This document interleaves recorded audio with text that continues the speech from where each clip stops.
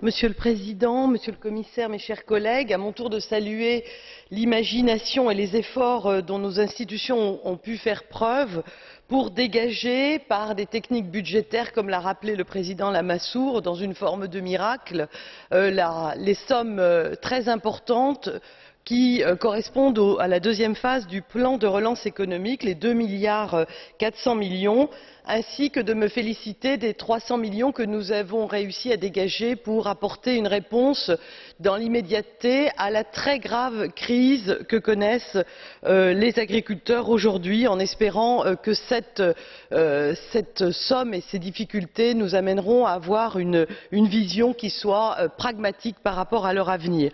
À saluer aussi les projets pilotes et les actions préparatoires dont a souligné Anne Jensen qu'elles apportaient donc un souffle nouveau à notre budget.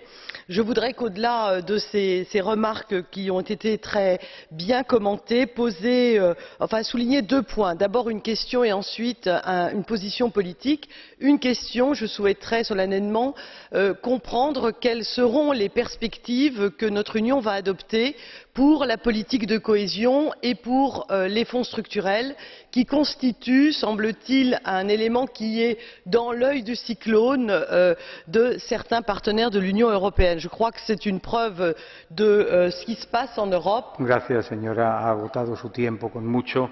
Tiene la palabra